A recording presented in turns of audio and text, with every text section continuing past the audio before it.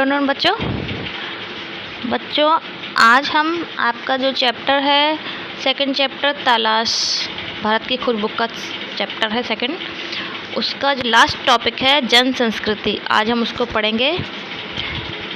ठीक है बच्चों, तो इस टॉपिक में जवाहरलाल नेहरू ने हमको ये बताया है, बताने की कोशिश की है कि जो हमारे देश की जनता है उसके ऊपर जो हमारे अतीत की सभ्यता और संस्कृति का बहुत असर रहा, वो उससे बहुत ज़्यादा प्रभावित हुए। तो यहाँ बताते हैं जवाहरलाल नेहरू, मैंने वर्तमान समय में भारतीय जनता के गतिशील जीवन नाटक को देखा। मतलब जवाहरलाल नेहरू कहते हैं कि मैंने जो वर्तमान समय में हमारी भारतीय जनता थी वो किस तरह से अपना जीवन यापन कर रही थी, उसको मैंने अच्छे से देखा, महसूस किया। ऐसे अवसर पर मैं अक्सर उन सूत्रों को खोज लेता था जिनसे उनका जीवन अतीत में बंधा है। मतलब जवाहरलाल नेहरू कहते हैं कि मैंने ये देखा कि वो यद्यपि वो वर्तमान समय में जी रहे थे, लेकिन फिर भी मैंने उन सूत्रों या उन कारणों को मैंने खोज लिया जिससे ये पता चलता था कि वो लोग अभी भी अपने अतीत से जुड़े हुए हैं, अतीत की जो असर है, प्रभाव है उनके ऊपर है, जबकि उनकी आंखें भविष्य पर टिकी रहती थीं। लेकिन वो लोग यद्यपि वर्तमान समय में रह रहे थे, लेकिन वो अतीत से जुड़े हुए थे, लेकिन उनकी जो आंखें थी, उनकी उम्मीदें थीं, वो भविष्य पर टिकी हुई थी कि हमारा आगे आने वाला भविष्य कैसा होगा। हर जगह मुझे एक सांस्कृतिक पृष्ठभूमि मिली जिसका जनता के जीवन पर बहुत गहरा असर था। जवाहरलाल नेहरू कहते हैं कि मैं जहाँ भी गया वहाँ मैंने देखा कि जो भी हमारे भारत की जनता थी, उनके जो जीवन यापन का तरीका था, वो उनका जो पृष्ठभूमि थी, मतलब वो अपने संस्कृति से पूरी तरह से जुड़े हुए थे, उनके जीवन पर उसका बहुत असर था। इस पृष्ठभूमि में लोक प्रचलित दर्शन, परंपरा, इतिहास, मिथक और पुरानी कथाओं का मेल था। मतलब उनकी जो पृष्ठभूमि थी उसमें लोक प्रचलित दर्शन, परंपराएं, इतिहास, मिथक और पुरानी कथाओं का बहुत ही अधिक मेल था। इसी से वो लोग जुड़े हुए थे और इनमें से किसी को दूसरे से अलग करके देख पाना संभव नहीं था। मतलब वो इस तरह से लोग इन सब चीज़ों से जुड़े हुए थे कि हम उन्हें उनसे अलग करके नहीं देख सकते थे। मतलब वो अपनी संस्कृति से पूरी तरह से जुड़े हुए थे। पूरी तरह से अशिक्षित और निरक्षर लोग भी इस पृष्ठभूमि में हिस्सेदार थे। जवाहरलाल नेहरू कहते हैं कि केवल ऐसा नहीं है कि केवल पढ़े लिखे लोग ही इन सब चीज़ों से प्रभावित हो रहे थे। जो अशिक्षित लोग थे, अनपढ़ लोग थे, कम पढ़े लोग थे, वो भी इस पृष्ठभूमि से बुरी तरह से प्रभावित थे, उसके हिस्सेदार थे। लोक प्रचलित अनुवादों और टीकाओं के माध्यम से भारत के प्राचीन महाकाव्य और रामायण और महाभारत और अन्य ग्रंथ भी जनता के बीच दूर दूर तक प्रसिद्ध थे। क्योंकि ये जो हमारे प्राचीन महाकाव्य थे, रामायण और महाभारत, इनकी जो भाषा थी वो हमारी लोक प्रचलित भाषा थी, हमारी पुरानी संस्कृति की भाषा, संस्कृत और हिंदी इसकी भाषा थी। इस वजह से इनकी जो इसके अंदर जो इनका जो असर था वो हमारी जनता पर बहुत ही अधिक था। मतलब जनता जो थी वो इन ग्रंथों को, रामायण महाभारत को बहुत अच्छे से समझती थी। हर घटना, कथा, उनका नैतिक अर्थ लोकमानस पर अंकित था।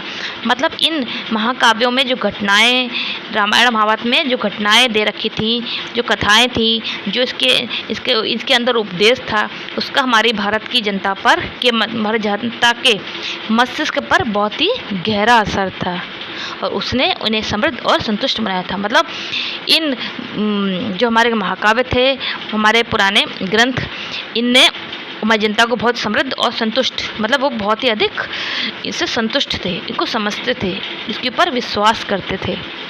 अनपढ़ ग्रामीणों को सैकड़ों पद याद थे। मतलब जो ग्रामीण थे, जो अनपढ़ थे, जो पढ़ना लिखना भी नहीं जानते थे, उनको भी इन महाकाव्यों, रामायण महाभारत के अंदर जो सैकड़ों श्लोक थे, पद थे, वो अच्छे से याद थे और अपनी बातचीत के दौरान वे बराबर या तो उन्हें उद्धृत करते थे या फिर किसी प्राचीन रचना में सुरक्षित किसी ऐसी कहानी का उल्लेख करते थे जिससे कोई नैतिक उपदेश निकलता हो। मतलब जवाहरलाल नेहरू कहते हैं कि जब भी वो आपस में बातचीत किया करते थे तो हमेशा वो इन घटनाओं के कुछ उदाहरण दिया करते थे, आपस में चर्चा करते थे, या फिर कोई प्राचीन जो हमारे रचनाएं हैं इनमें से कुछ ऐसी कहानियों का उल्लेख करते थे जिससे कोई नैतिक उपदेश निकलता है, जिसका कोई उपदेश होता है। रोज़मर्रा की ज़िंदगी के मसलों के बारे में सीधी सादी बातचीत को ये देहाती लोग जब इस तरह का साहित्यिक मोड़ देते थे तो मुझे बहुत आश्चर्य होता था।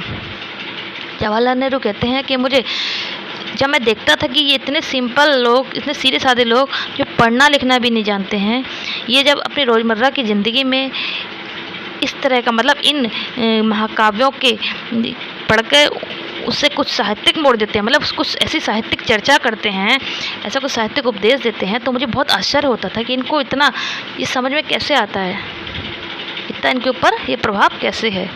यदि मेरे मन में लिखित और इतिहास लगभग सुनिश्चित तथ्यों से निर्मित तस्वीरों का भंडार था, तो मैंने महसूस किया कि अनपढ़ किसान के मन में भी उसका अपना तस्वीरों का भंडार है। मतलब जवाहरलाल नेहरू कहते हैं कि मेरे मन में जो ये इतिहास था, अतीत था, उसके कुछ निश्चित तथ्यों से मेरे मन में कुछ ऐसी तस्वीरें थी, अतीत की तस्वीरें थी, उसका बहुत अधिक भंडार था।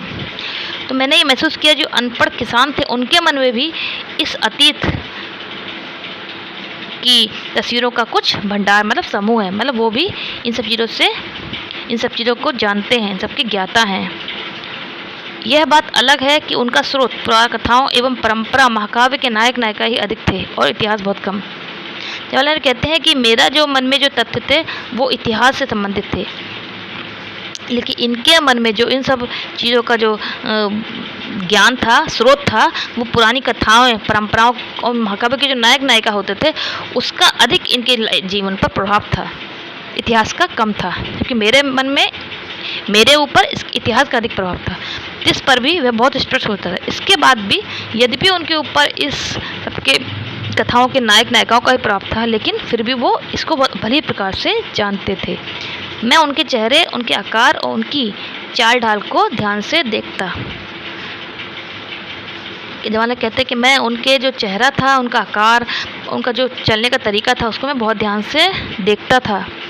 उनके बीच बहुत से संवेदनशील चेहरे, बलिष्ठ देह और सीधे साफ वाले पुरुष दिखाई देते थे। मतलब उन लोगों के बीच में मुझे बहुत से संवेदनशील चेहरे, मतलब ऐसे चेहरे जो मतलब भावनाओं से बहुत प्रभावित होते हैं, संवेदनशील हैं और बहुत ही बलिष्ठ देह, मतलब बहुत मजबूत शरीर वाले और बहुत ही सीधे साफ अवयव वाले, मतलब ऐसे सिंपल सीधे साधे लोग, मतलब जिनके अंदर ऐसा नहीं है जिनके अंदर कुछ है बाहर कुछ है, मतलब दोनों तरफ से, अंदर और बाहर से एक जैसे ऐसे पुरुष भी दिखाई देते थे। महिलाओं में लावण्य, नम्रता, गरिमा और संतुलन के साथ साथ एक ऐसा चेहरा जो अवसाद से भरा हुआ था। जवाहरलाल कहते हैं कि जब मैं वहाँ की महिलाओं को देखता था तो मुझे उनके अंदर सुंदरता, नम्रता, कोमलता, गरिमा और संतुलन तो दिखाई देता ही था, साथ साथ उन महिलाओं के चेहरे पर मुझे एक अवसाद मतलब दुख भी दिखाई देता था। कभी कभी किसी देहाती रास्ते या गांव के बीच से गुजरते हुए मेरी नज़र किसी मनोहर पुरुष या सुंदर स्त्री पर पड़ती थी तो मैं विस्मय विमुग्ध हो जाता था।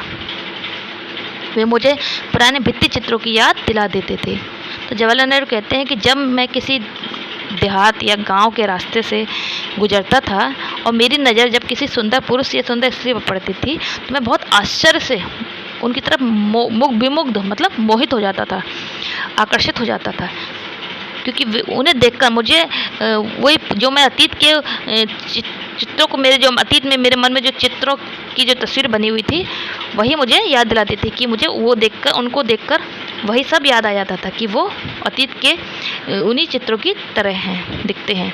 मुझे इस बात से हैरत होती थी कि उन तमाम भयानक कष्टों के बावजूद जिनसे भारत युगों तक गुजरता रहा, आखिर ये सौंदर्य कैसे टिका बना रहा। पर जवाहरलाल कहते हैं कि मैं जब उनको देखता था तो मुझे बहुत हैरत होती थी, मतलब बहुत आश्चर्य होता था कि हमारे भारत के लोगों ने इतने कष्ट सहे, इतनी परेशानियों को सहा, उसके बाद भी उनके ऊपर ये जो सौंदर्य है उनका जो सिंपलता है, सादगी है, उनके जो दूसरों को मोहित करने वाली ये जो एक उनकी विशेषता है, ये कैसे बनी हुई है।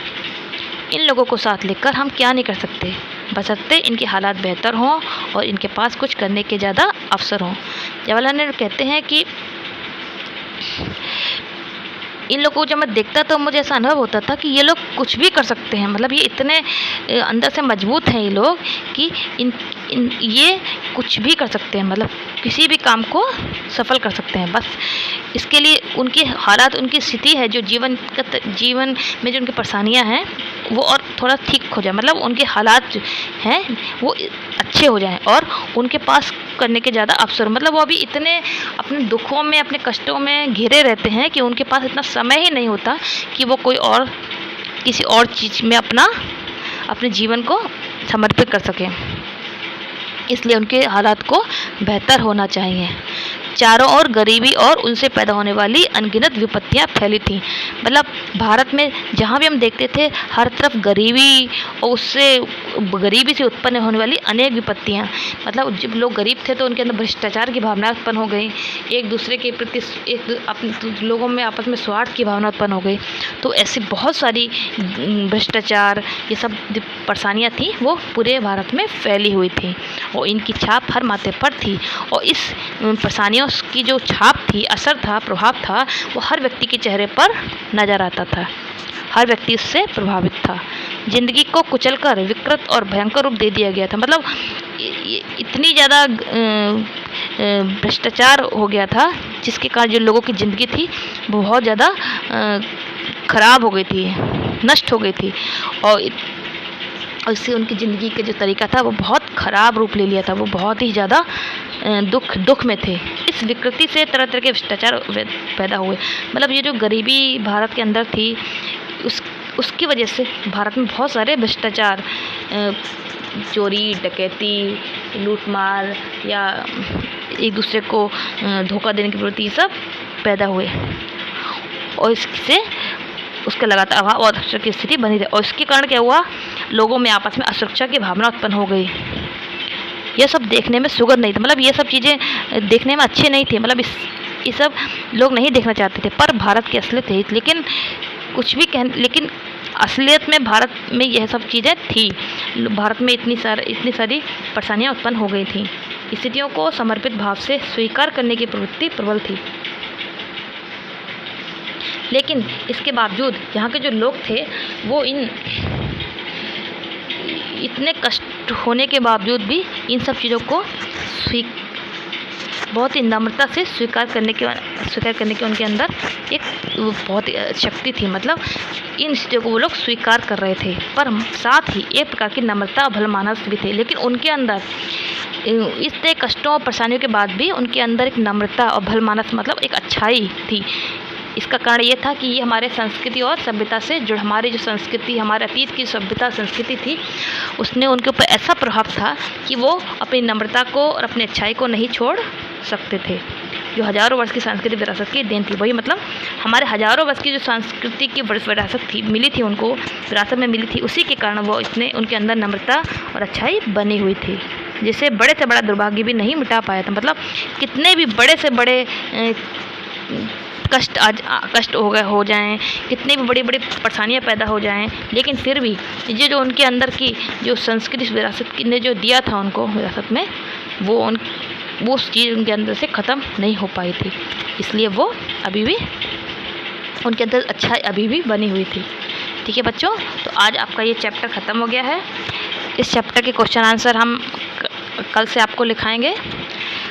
ठीक है, आप इसको पढ़िएगा और कुछ भी समझ में नहीं आता है तो आप पूछिएगा। ठीक है बच्चों, हरे कृष्णा।